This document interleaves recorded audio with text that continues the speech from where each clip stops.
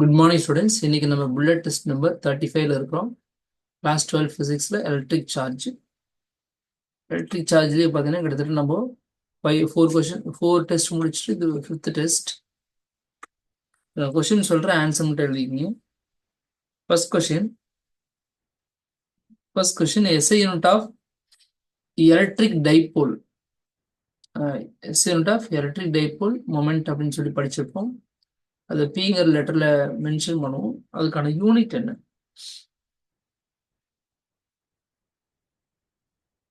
Second question, உங்களுக்கு நேற்று கிளாஸ்ல என்ன சொல்லியிருந்திருப்போம்னா, இந்த பாசிட்டிவ் சார்ஜ், நெகட்டிவ் சார்ஜ், ஃபீலைன்ஸ் எப்படி வெளியில் போகும் எல்லாமே நம்ம பார்த்தோம்.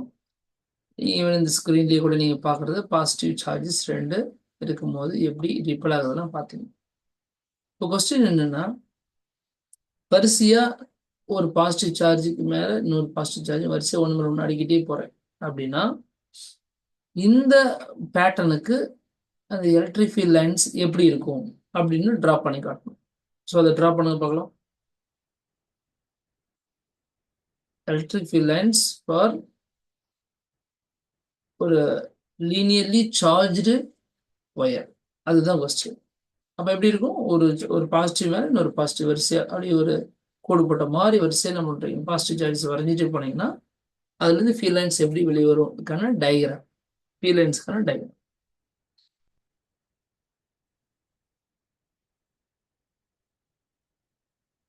சும்மா ரஃபா அப்படி போட்டு ரஃபாக ப்ளஸ் போட்டு ரவுண்டு, மறுபடி கீழே ப்ளஸ் போட்டு ரவுண்டு, கீழே ப்ளஸ் போட்டு ரவுண்டு, அப்படி வரிசையை போட்டுட்டு அதுக்கப்புறம் ஃபீல்ட் லைன்ஸ் அப்படியே ஃபாஸ்ட்டாக வரைங்க பார்க்கலாம். முடிச்சிருப்பீங்கன்னு நினைக்கிறேன். Third question, the direction of electric dipole moment. நேற்று எலக்ட்ரிக் டைபோல் மூமெண்ட்டை பற்றி சொல்லியிருந்தேன்னா அதனுடைய டைரக்ஷன் எந்த டைரக்ஷன் இருக்கு, அதாவது பாசிட்டிவ் டு நெகட்டிவா, நெகட்டிவ் டு பாசிட்டிவா அப்படிங்கிறத நீங்கள் எழுதணும்.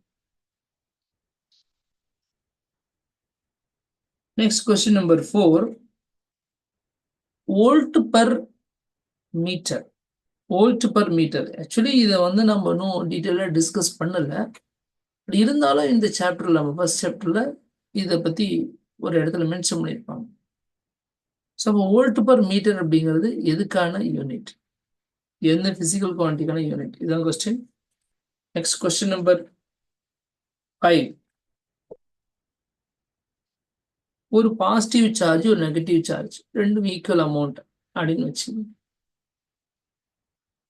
ஒரு plus q and minus q ரெண்டும் ஒரே அமௌண்ட் தான் வச்சிருக்கோம். இப்போ இது ரெண்டால எலக்ட்ரிக் ஃபீல்டு 0 ஆகணும்னா, அல்லது ரெண்டையும் பேஸ் பண்ணி டோட்டல் எலக்ட்ரிக் ஃபீல்டு 0 ஆகணும்னா அந்த பாயிண்ட் எங்க இருக்கும், எந்த இடத்துல லொக்கேட்டா இருக்கும், கெஸ் பண்ணி சொல்லுங்க பாருங்க.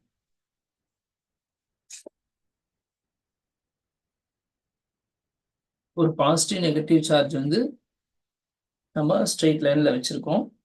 அப்படிங்கும்போது இப்போ நமக்கு ரெண்டுத்தோடைய நெட் ஃபீல்டு உங்களுக்கு 0 அப்படின்னு கிடைக்கணும்னா அது எங்க கிடைக்கும்,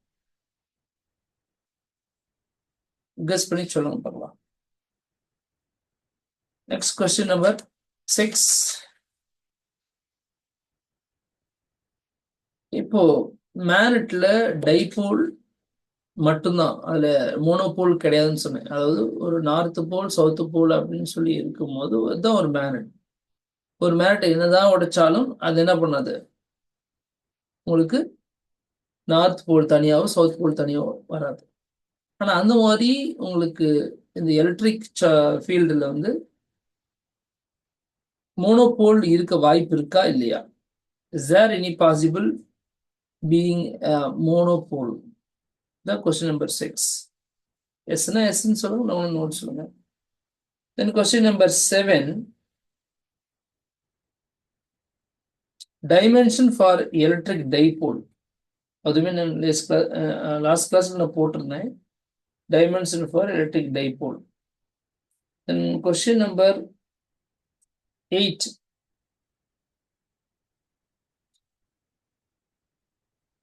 என்னன்னா கொஸ்டின் நம்பர் 8 +1 கூலும் +1 கூலும் மொத்தத்துல ரெண்டு 1 கூலும் சார்ஜ் சேம் சைன் தான், பாசிட்டிவ் சைன் தான், 1 மீட்டர் டிஸ்டன்ஸ்ல வச்சிருக்கோம்.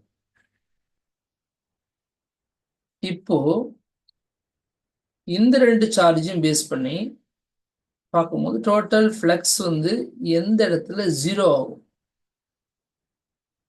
எந்த இடத்துல ஜீரோ ஆகும் அந்த பாயிண்ட் வந்து கெஸ் பண்ணி சொல்லுங்க. ஒரு ரெண்டும் equal amount of charge, but ரெண்டுமே பாசிட்டிவ், 1 கூலும் 1 கூலும், ரெண்டும் 1 மீட்டர் டிஸ்டன்ஸ்ல இருக்கு. ஸோ எந்த இடத்துல இந்த ஃபீல்டு வந்து ஜீரோவா இருக்கும்?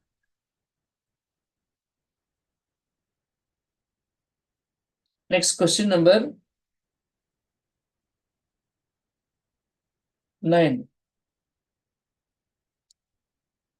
Which of the following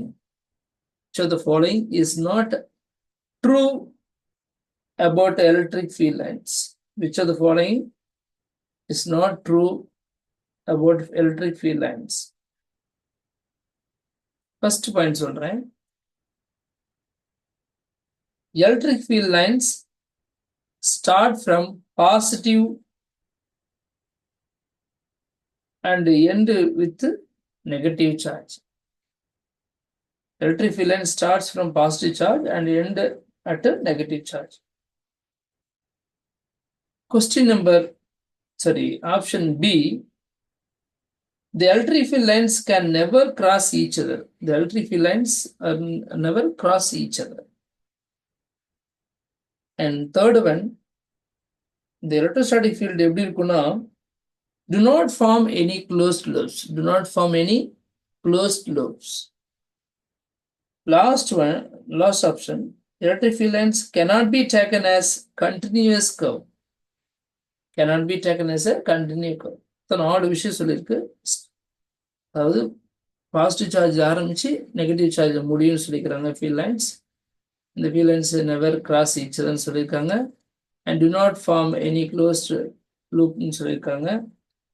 and last option வந்து cannot be taken as continuous curve அப்படின்னு சொல்லியிருக்காங்க. 4ல எது not true about electric field lines அப்படின்னு நீங்க சொல்லணும். ஆப்ஷன் ஏவா, பியா, சியா, டிஎன் சொல்லியிருப்பீங்கன்னு நினைக்கிறேன், எழுதியிருப்பீங்கன்னு நினைக்கிறேன். Next question number 10, last question. ஒரு பாசிட்டிவ் 1 கூலும் சார்ஜ் இருக்கு, ஒரு இடத்துல வச்சிருக்கோம். இப்போ